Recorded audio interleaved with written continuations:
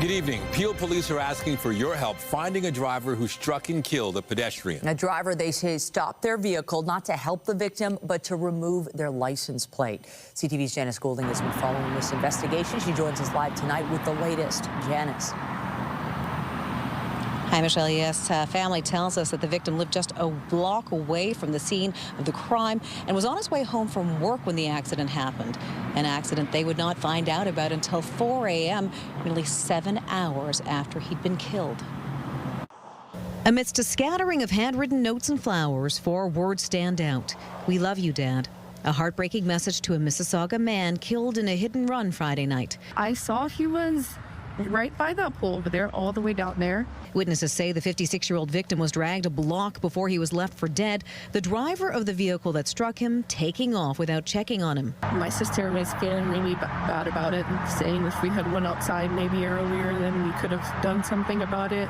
The accident happened just after 9 p.m. Friday. Police say a man was walking in the intersection when he was struck by the driver of a Mini Cooper S who failed to remain. No way.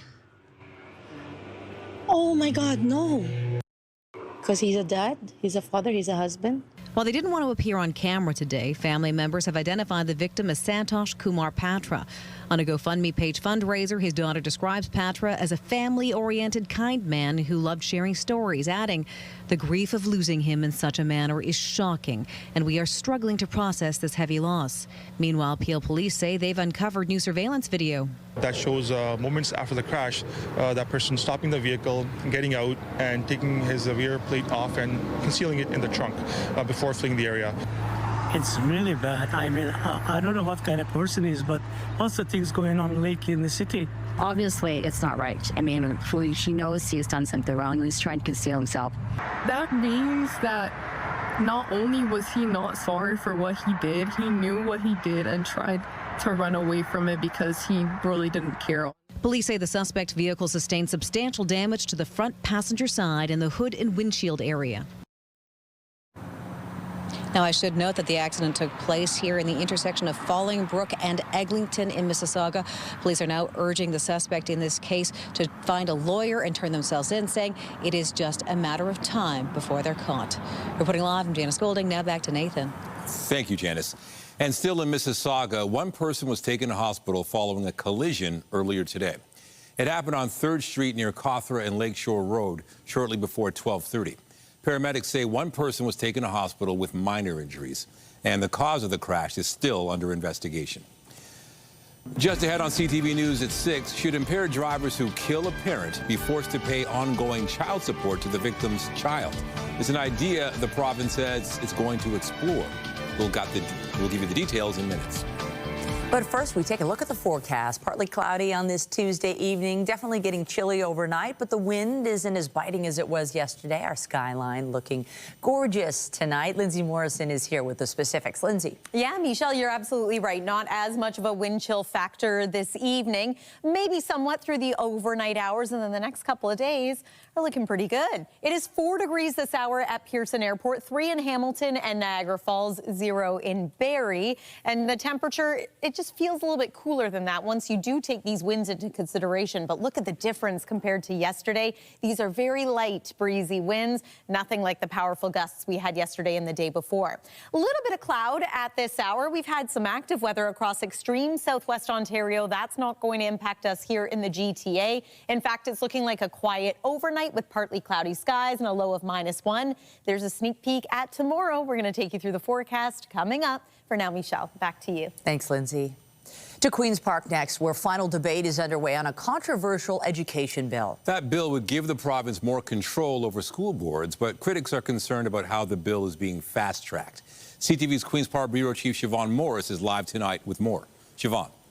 Well, the debate has just wrapped up, actually, Nathan, and so we have heard from critics here at Queen's Park, from educators and parents as well, and they see this as a power grab that won't fix what's wrong in the education system. I recognize the member. This is the last round of debate on the controversial Bill 33. They think they can ram it through under the cover of darkness with very little debate. Something opposition parties say has been a pattern. The concentration of power at Queen's Park and the erosion of local democratic voices. The bill fast-tracked, skipping over committee hearings and protracted debate. Educators say it's a sign. There's something wrong here. There's something nasty taking place. The legislation forces boards to take on school resource programs if their local police service offers one, and make it easier for the Minister of Education to take the reins of boards, something Paul Calandra has already done 5 times. The ministry needs to have more authority to step into school boards that have gone off the rails. We have more than enough examples of that. While Calandra insists he doesn't have any immediate takeover plans when the bill passes, he is keeping an eye on the Near North District School Board. I don't think the minister should have to wait till the board is completely falling apart before he or she steps in. Educators insist Bill 33 isn't about helping kids. It is about silencing parents and local communities who know our schools best. Bill 33 is a distraction from the conditions that exist in our schools today. Conditions that can be rough for teachers and students. Chronic underfunding, a crisis in understaffing, overcrowded classrooms, and workers and students facing daily violence with too few supports. Democratically elected trustees feel shut out of the conversation. We've been replaced by a single supervisor, someone with no experience in education, someone who certainly has never stepped foot into our schools. Calandra is in the middle of a rethink of education governance, including potentially getting rid of trustees altogether. Decisions are going to be made in downtown Toronto and not in your communities and not by anyone who is accountable to the voters of this province. The education minister plans to make a call by the end of the year. The third and final vote on Bill 33 will happen just after question period tomorrow morning. With the Ford government's majority, it will easily pass and could be law in just a matter of days. Reporting live from Queen's Park, I'm Siobhan Morris. Nathan, back to you. Thank you, Siobhan. The province is floating the idea of making impaired drivers pay child support if they're found responsible for the death of a child's parent or guardian. Similar legislation exists in Texas, and now the Ford government says it's exploring the idea for Ontario. CTV's Beth McDonnell reports. Morning, sir. How you doing?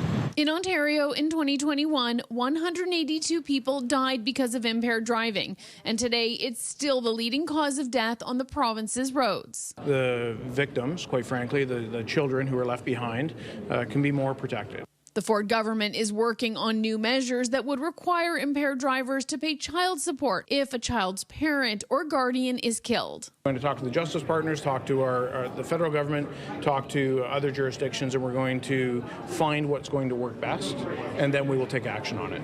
The government says it's looking for ways to ease the burden from impaired driving tragedies and provide financial stability for children left behind. If they can get it into law that this is an automatic thing if you're convicted for impaired driving causing death, then there's not a whole process to go through. That just becomes part of the penalty. So I don't see any negatives to it. In 2023, the government says Texas introduced a requirement when impaired drivers kill a parent or guardian and are convicted of intoxication manslaughter, they must pay child support until the minor turns 18 or graduates high school. The leader of the opposition says the province needs to look at every tool available and will look at the proposal. But honestly, this government's been in power for 8 years now, and they don't seem to have made much effort in that direction, unfortunately. I don't think, for example, that deciding to put booze in gas stations is probably the right approach to curbing drinking and driving. We're seeing way too frequently individuals who are causing carnage in Ontario, and we're seeing children, we see reporters report on it, and it's a tragedy, and it's something that we can do something about. The plan is to examine the Texas example and others in the hopes of making impaired drivers more accountable. Beth McDonnell, CTV News. Still to come tonight, warnings over rising emissions in the GTHA. Why our reliance on one form of energy may be undermining efforts to cut carbon emissions. That story is just ahead. Police have released an image of a man charged in an indecent act investigation and are concerned there may be more victims. 20-year-old Tyson McFarland is accused of committing several indecent acts between May and November in Cabbagetown, impacting at least 4 people. One victim was a child under 13, while 2 others were under the age of 18, with the 4th being an adult. Police say McFarland approached at least 1 victim on a scooter. Investigators are asking anyone with information to contact them. Meanwhile, York Regional Police have charged a 63-year-old math tutor in connection with the sexual assault of a minor. Kevin Ng of Richmond Hill has been charged with sexual assault and sexual interference. Police say earlier this month, a victim under the age of 16 reported that their tutor had sexually assaulted them on multiple occasions during math lessons dating back to 2022. Investigators are also concerned there could be more victims. A Toronto police officer and a person rescued from Lake Ontario have both been treated for hypothermia. Police were called to the waterfront near Bathurst Street around 8:15 last night for reports a man had fallen into the lake. Officers from 14 Division and the Marine Unit responded, and one officer went into the water. Paramedics took both the officer and the man to hospital with suspected hypothermia. Police are urging people to be cautious around docks, piers, and seawalls, particularly in the colder weather. The TTC is beginning the process of renaming Dundas Station. The station will soon be officially known as TMU Station. The TTC says over the next few weeks, riders will see signs changing from Dundas to TMU. The TTC board approved the renaming in the spring and stated the university would pay for it. Now, it comes after the renaming of Young Dundas Square to Sankofa Square. The changes came after academic research found Henry Dundas, the namesake for both locations, was involved in delaying the abolition of the transatlantic slave trade. And the TTC is renaming Eglinton West Station to Cedarvale to align with the Eglinton Crosstown LRT station. The transit agency says riders will begin to see updated signage over the next few weeks. In addition, entrances built for the Crosstown station are now open, providing customers with underground access to Line 1 subway service and buses. A new report finds emissions are up in the GTHA as Ontario relies more on natural gas. CTV's Rahim Ladani has more on the data and what it means for the province's emissions targets. From buildings using natural gas to generate heat to more vehicles on the road, a local climate agency says the Greater Toronto and Hamilton area are too dependent on natural gas, undermining efforts to cut carbon emissions. Emissions are going up. They have been going up for the past few years. According to the Atmospheric Fund, carbon emissions were up by 1% in 2024. That's slower growth than previous years, but well off the 11% annual cut needed to hit the region's 2030 climate target. We need the underlying policies to head us in the right direction.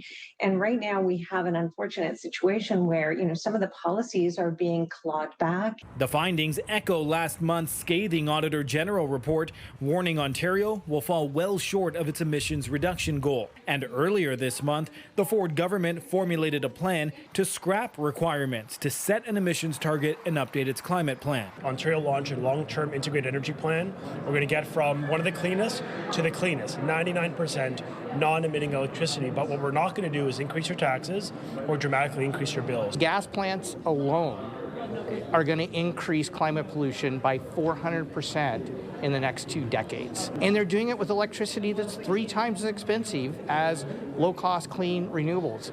Bad for the economy, bad for air quality, bad for your electricity prices. The report also found some local climate efforts are working. Despite the GTHA adding hundreds of thousands of residents, per capita emissions have dropped by 3%. The fund is now urging governments to speed up EV adoption, strengthen green building standards, and boost support for retrofits, including solar energy. When we do it, it works, but we're just not doing it at the pace and scale needed to bend that curve down. A reminder that the tools exist, but need to be deployed much faster. Rahim Ladani, CTV News. One day after the federal budget was passed by a narrow margin, avoiding a Christmas election, the opposition are making something clear. Don't expect smooth sailing ahead. CTV senior political correspondent Mike LeCouture takes a look at what happened in the House of Commons today. I declare the motion carried on division. Another day, another confidence vote that the Liberals survive. No, there's going to be one a day for a long time. Behind the sarcasm is some truth about votes to come. Yesterday's budget vote only passed because a number of opposition MPs abstained. We hope that opposition parties will continue to dialogue constructively with us about how we can potentially make those things better, but mostly so that we can make Parliament work. But the Bloc Québécois is promising a rough ride. So they will live the same anxiety that we have seen this morning, because at each step of this long process, including the committee, they will have to start all over again because they were not good partners for anybody. Some opposition MPs said they reluctantly voted to pass the budget instead of plunging the country into a Christmas election. Maybe 6 of one, half dozen the other, but the country's got to change direction. There will be other confidence votes as the budget works its way through the implementation process. And one NDP MP who abstained yesterday says his support isn't guaranteed. Absolutely confident that I'll be holding this government to account, and we'll be fighting hard for everyday people. And the Prime Minister says his budget is for those same people who need social programs like childcare, dental care, and pharmacare. I salute the 170 members of the House who supported it. I'm glad it came through, and we're going to continue to work on implementing it.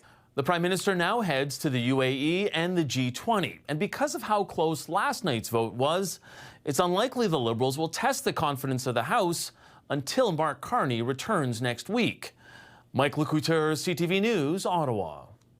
It appears Canada's job prospects aren't just frustrating young Canadians, but highly skilled and educated immigrants. Some are leaving this country within 5 years of landing, and the fear is the loss of this talent will hurt. CTV's national correspondent Judy Trin reports.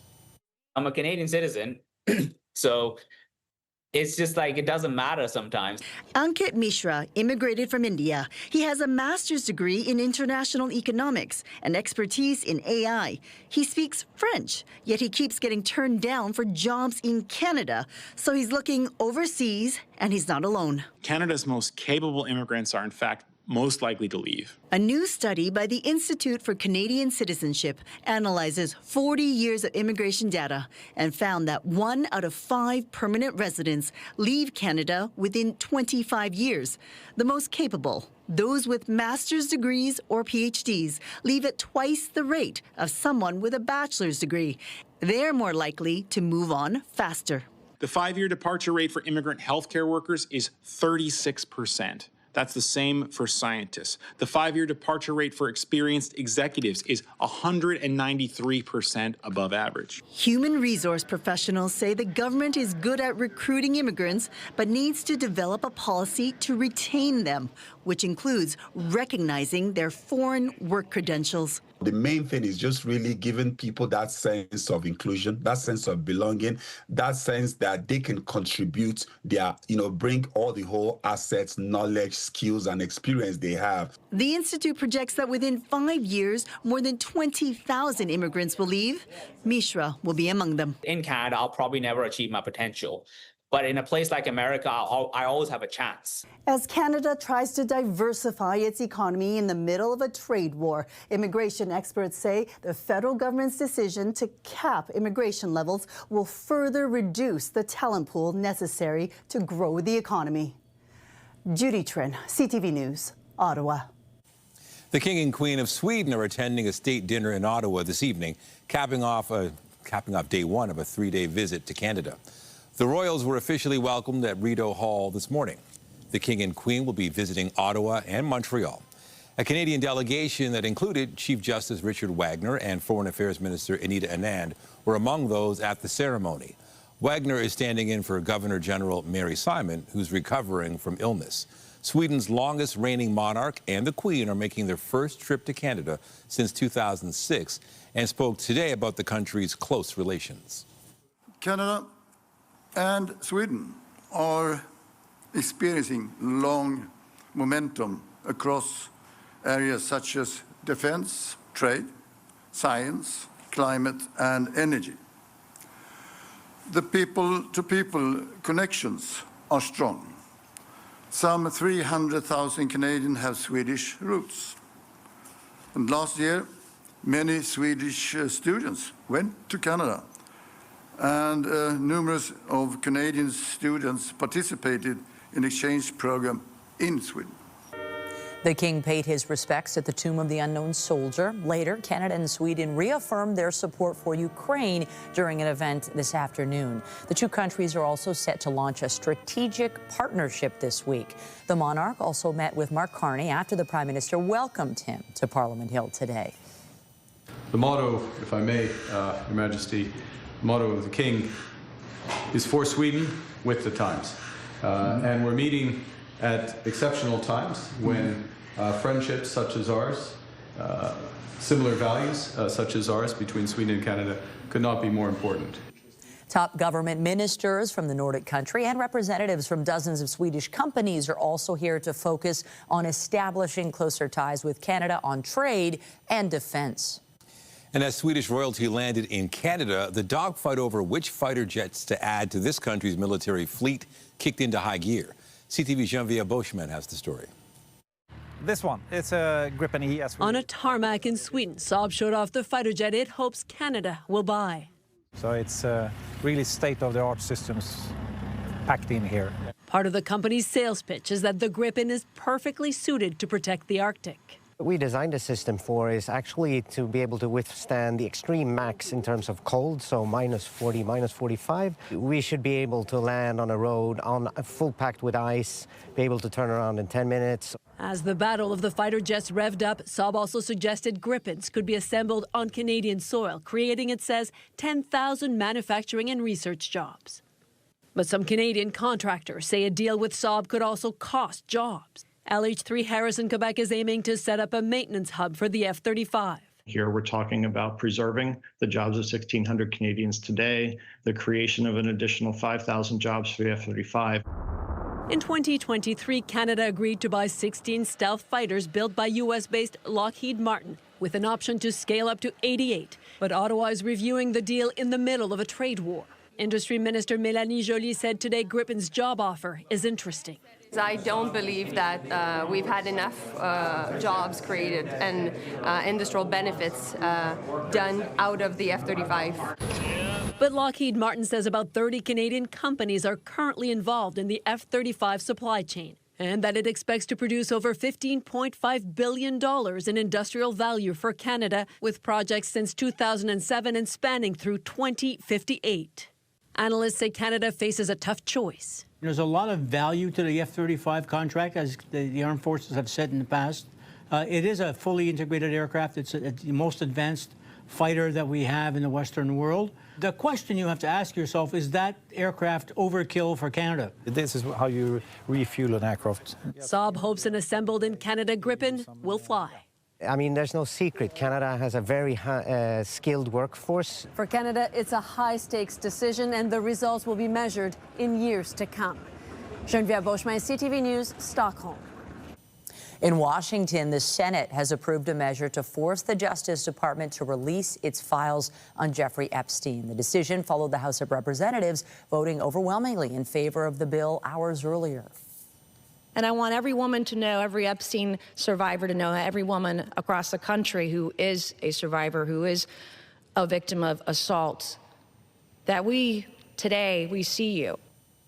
The bill passed 427 to 1 in the House. The only no vote was from Representative Clay Higgins, a Louisiana Republican. Moments after the result, Senate Majority Leader John Thune said his chamber will act swiftly on the legislation. The next step would be for U.S. President Donald Trump to sign the bill into law. He has signaled he will do that after initially urging his supporters to dismiss the matter as a hoax. Epstein was accused of sexually abusing and trafficking underage girls. Emails and other documents from the late financier's estate show his connections to global leaders, Wall Street power brokers, and influential political figures, including Trump. Here in this country, the definition of Canadian content has changed. The new definition will continue to determine whether something receives the CanCon classification based on the number of Canadians occupying key creative positions in a production. But it will now also include jobs like showrunner, special effects director, and head of costuming. The CRTC says those roles must be staffed by humans, not AI. Productions can also earn bonus points for cultural elements. CanCon applies to both traditional media and online streaming services. Coming up, is Canada ready for the new era in treating Alzheimer's? As new drugs get approved and easier diagnostic methods come down the pipeline, health experts warn our system is falling short. And I'm Pat Foran. Coming up on Consumer Alert, the list of the most stolen vehicles is out today, and despite thefts continuing, there is some good news. There's been a decrease in the number of thefts across the country by almost 20%. I'll have my reports. That's just ahead. Well, it could be a little chilly for students stepping onto the school bus tomorrow morning, but by mid-morning, the temperature should be slightly above freezing. And overall, we are looking at a pretty quiet weather pattern. Chance of some wet weather heading into the weekend. We'll talk about that coming up. And stay with us. We've got another full night of great shows for you right here on CTV.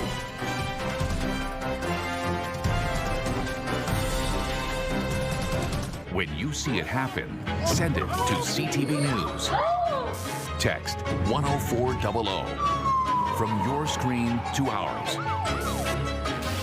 Text 10400.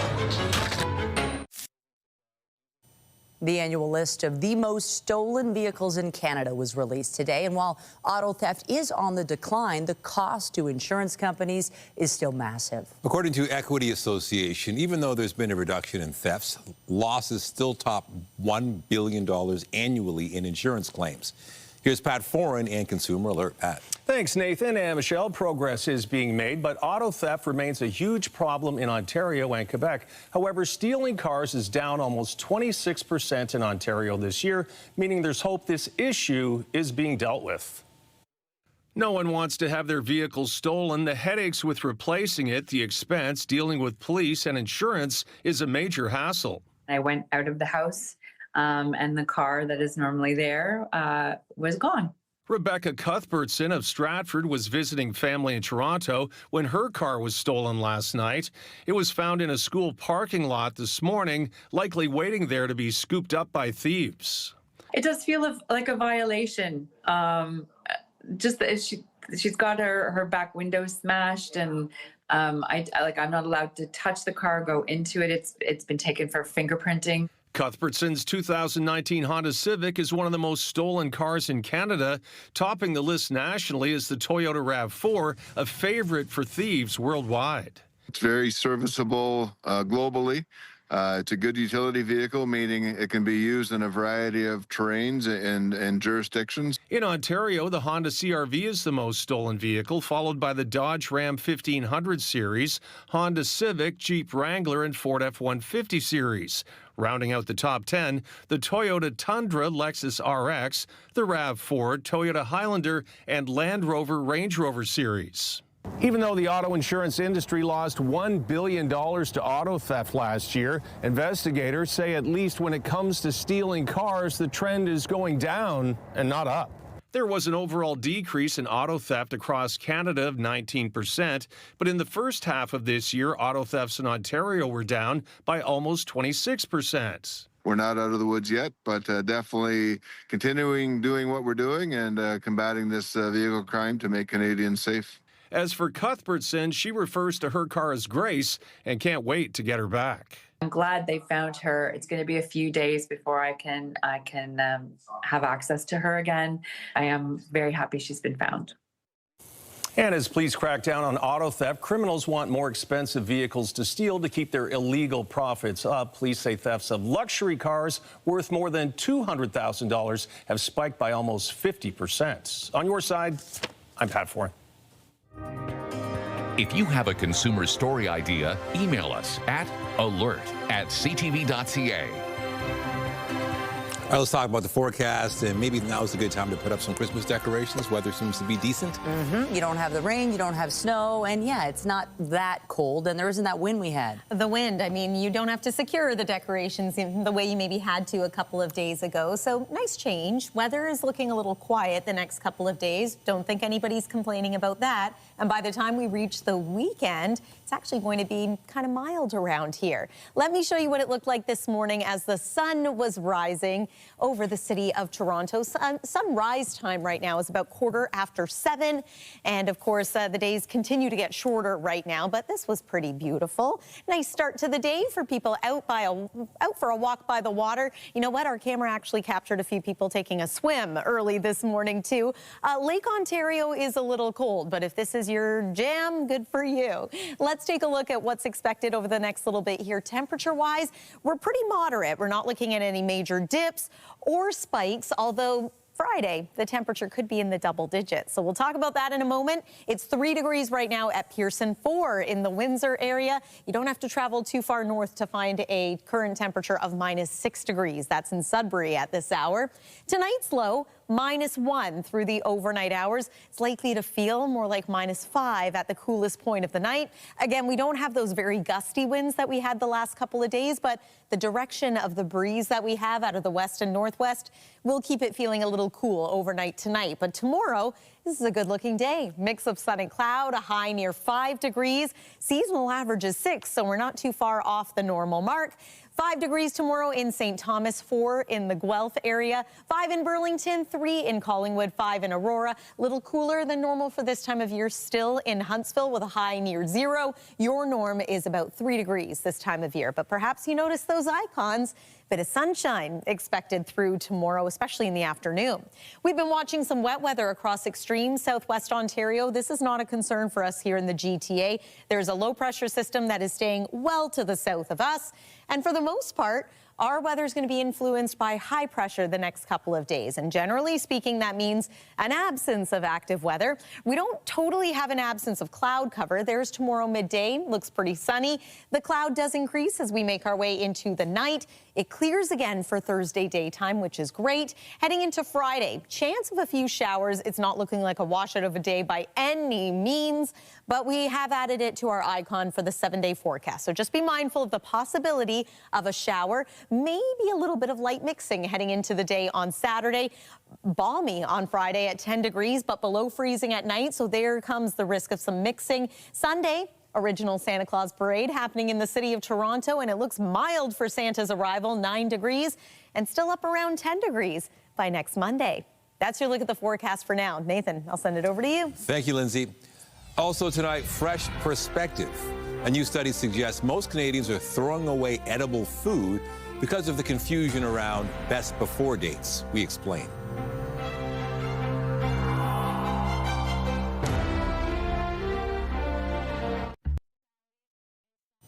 Canada is on the verge of a new era in treating Alzheimer's disease with new medications on the horizon. But as our health reporter Pauline Chan tells us, experts are worried our system isn't prepared to handle the changes.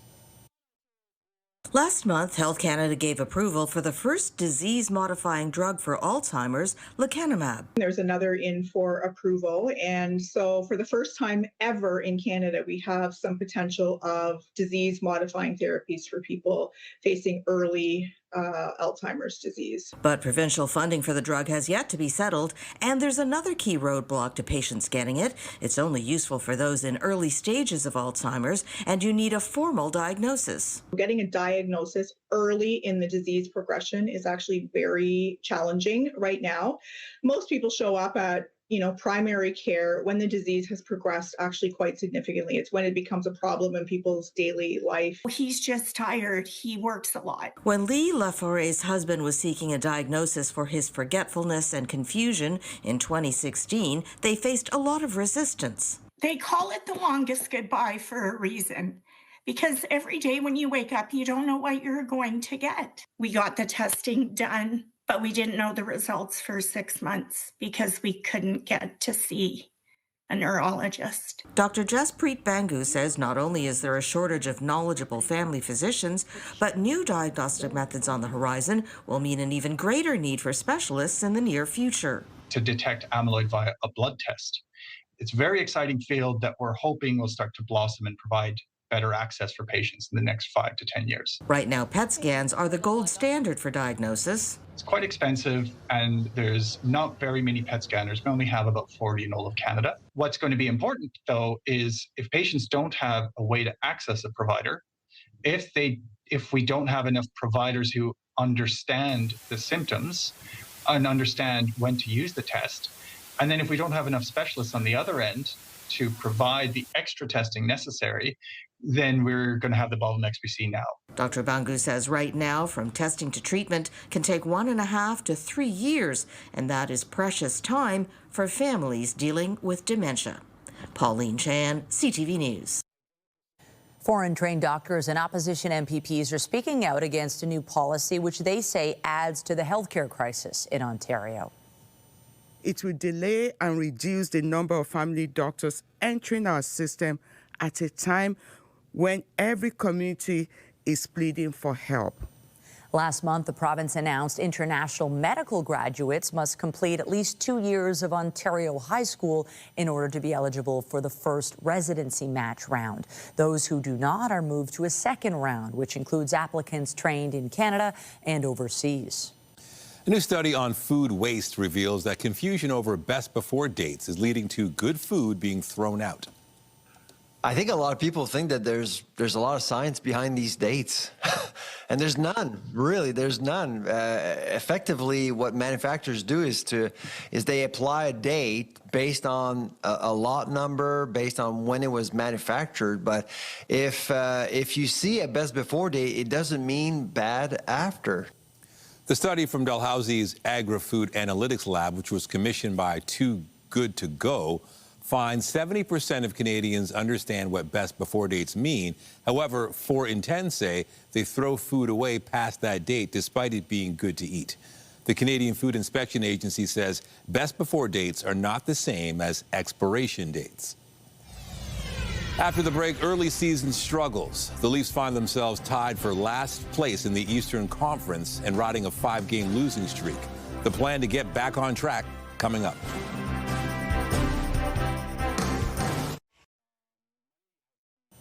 A big North American retailer reported earnings today and missed the mark. That is triggering concerns about the upcoming holiday shopping season.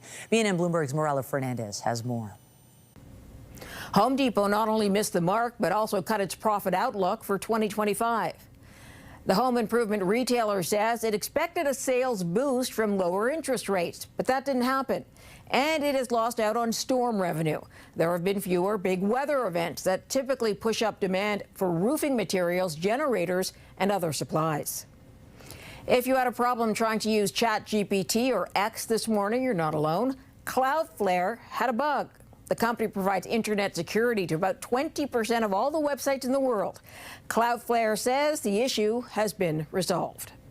And all eyes will be on NVIDIA tomorrow. The technology company will report earnings after the end of the trading day. Tech stocks have been dragged down by investor concerns. They worry about a return on AI revenue. Because NVIDIA is a major weight on the markets, its results have a significant ripple effect. Here are the closing numbers for the day. The Canadian dollar is up to 71.53. West Texas Intermediate crude is up to 60.67. Western Canadian Select is down over $1 to 47.33. And the TSX is down 39 points today to 30,036. Those are your business headlines. I'm Morella Fernandez. The Business Report is brought to you by Canadian Western Bank, the bank built for business. The Maple Leafs are not off to a great start this season, and it's not just fans who've noticed. The team's general manager says the team is performing below expectations, and he takes responsibility for how they're playing. CTV's Sean Leathong has more. On a team with Stanley Cup aspirations, the Leafs have more losses than wins. And on the day of their 20th game of the season, the general manager is putting the blame in one place. We're not where we want to be or we're where we envision to be. Obviously, we've underperformed to this point, and I take full responsibility. The Leafs' current record is 8 wins, 9 losses, and 2 overtime losses. They're tied with Buffalo for last in the Atlantic Division, and they're without a win in their last 5 games. And Treliving says he hasn't liked the team's identity thus far. I think there's been too much vanilla with our team. Treliving says he has belief in coach Craig Berube, and while both the GM and coach admit the effort has been lacking at times, Berube says he's seeing that turn a corner. We all want effort, right? That's very important, and there's been times where it's lacking for sure. I haven't seen that lately. Going in the right direction, but lacking results, as both say there won't be major changes to the team, so the players have to battle through adversity. The good thing about adversity is, there's a chance to climb out of it and come through and see the other side. So that's what we need here. there are also injuries. Captain Austin Matthews is out, as is goalie Anthony Stolars, along with defenseman Chris Tanev and center Nicholas Roy. And while the Leafs are affected by those key injuries, it's also created opportunity for some younger players to prove themselves in the NHL. While 20-year-old Easton Cowan will continue to see ice with the Leafs, 23-year-old Jacob Quinlan will make his season debut against the St. Louis Blues tonight. Yeah, just try to focus on what I can do and, what I can do to help the team win. I feel confident, scoring a lot in practice, so eventually they're going to start going in, but just got to stay positive. Staying positive, staying patient, and finding their identity. A difficult place to be, but a lot of time to turn it around. Sean Leathong, CTV News. The PWHL's third season kicks off today or Friday, and today the league outlined a couple more changes as fans and players get ready for another thrilling year on the ice. This season we have two rule changes, but probably a little bit less significant than the on-ice rule changes. So adding the team's third goaltender that can be put into a game, as well as the removal of the coach's challenge for a full video review by the PWHL Central Situation Room. Training camps are continuing, and the league is expecting final rosters to be submitted tomorrow. Officials say the trade deadline this season will be March 30th, and the playoff format will stay the same. The Toronto Scepter's first game is Friday when they visit Minnesota. Their first home game is November 29th versus Boston. The 2026 Winter Games are quickly approaching, and we now know what Canadian athletes will be wearing in Milano Cortina. We are committed to ensuring that every athlete has an equitable experience. For Paris, we introduced a series of innovations and designs to improve the Paralympic athlete experience. And for this Games, we've expanded our work with Paralympians to develop our most inclusive collection yet. The Canadian Olympic and Paralympic committees revealed the athlete kits for Team Canada today alongside official outfitter Lululemon. The Winter Games run from February 6th to the 22nd, with the Paralympics happening from March 6th to the 15th. 10% of sales from all items support the Canadian Olympic and Paralympic Foundations of Canada. It was a party 12 years in the making. Regina was awash in green today as the city celebrated its first Grey Cup victory since 2013. Vehicles from the Canadian Armed Forces ferried the champs along the Green Mile as hundreds of fans lined the parade route. It ended with a rally at the Saskatchewan Legislative Building, where fans were promised Sunday's win is only the beginning. The Riders defeated the Montreal Alouettes 25-17 in the championship game. It was Saskatchewan's fifth Grey Cup in franchise history. Just ahead, competing for gingerbread glory and cash. Students put their chef skills to the test in a sweet local tradition. Who will frost their way to first place and who will crumble? Get Toronto's top stories, breaking news alerts, and watch live. Download the CTV News app. Students at George Brown Polytechnic showed off their baking skills today as part of an annual holiday competition. Gingerbread is the name of the game, and CTV's Allison Hurst got a first-hand look at their tasty and impressive creations. These gingerbread houses, based on students' favorite movies or books, were hardly a piece of cake. Almost 105 pieces, not including the royal icing that I did separately. Doreen Yazzie created a home based on the one in Charles Dickens' The Christmas Carol, wanting to capture the warmth of the holidays. There were times, I made it and I was like, oh no, it's not coming together. Okay, another time.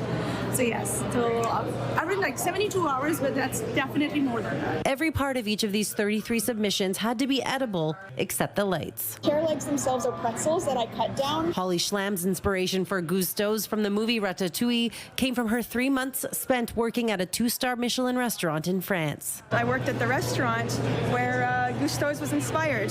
I worked at Chef Paul Bocuse's restaurant in Lyon, and Gusteau's directly inspired by Chef Paul Bocuse himself. It includes a peek inside to see the rats hard at work and the seating for the restaurant. Well done to our 33 students who have carefully got their houses to these tables today. This competition at George Brown Polytechnic's Chef School has been going on since 2008. It's as unique as each student, and the level of creativity is phenomenal. Instructor Sue Fleming says students create them in their spare time at home, and they're not for marks. They're judged on things like cleanliness, complexity, and variety of skill. The winner takes home a $2,000 prize. It really adds something to the college vibe. It's a wonderful opportunity, and I appreciate them stepping up. Students don't make these in a snap. It took me 5 days to put together, but I've been thinking about it for a month maybe. Juana Guillo created the home from Encanto. I'm Colombian, and as soon as I watched the movie, it was like a no-brainer. I knew I had to do that one. I love the colors, the flowers. It just represents really well where I'm from. The winning submission was Quinn Herndon's Grand Budapest Hotel. The front is like the main story, what the hotel looks like in the main plot, and then the other side is the version of the hotel, like in the modern day, like when the story's being told. With each tiny window carefully outlined. I fell in love with the hotel and the artistry of the people who made this. Artistry certainly on display here too, proving these students don't crumble under the pressure. Allison Hurst, CTV News. Those are impressive. And it's making us all want to make some gingerbread right now. Oh, yeah. It sounds like dessert time right about now. A nice evening to maybe go out for a walk or stay indoors. Either would work for tonight. One more look at the satellite and radar. A little bit of cloud cover here and there here in the GTA, but any active weather is likely to remain southwest of here. School day forecast for tomorrow. We can leave the rubber boots at home. Maybe still bring the warm jacket for the morning hours, but the afternoon should be nice and comfortable. Mix of sun and cloud expected and a high near 5. How about 7 degrees on Thursday, 10 for Friday, and we remain decently mild through the weekend. 10 degrees again on Monday, but also the possibility of some wet weather. Michelle and Nathan. Thanks, Lindsay. That's it for us, but be sure to join Omar Sachedina tonight at 11 for CTV National News, followed by Zoraida Allman with your next local newscast at 11:30. Meantime, our coverage continues anytime on CP24 and at ctvnewstoronto.ca. For Lindsay Morrison and the whole team here at CTV News, thanks for watching and have a great night.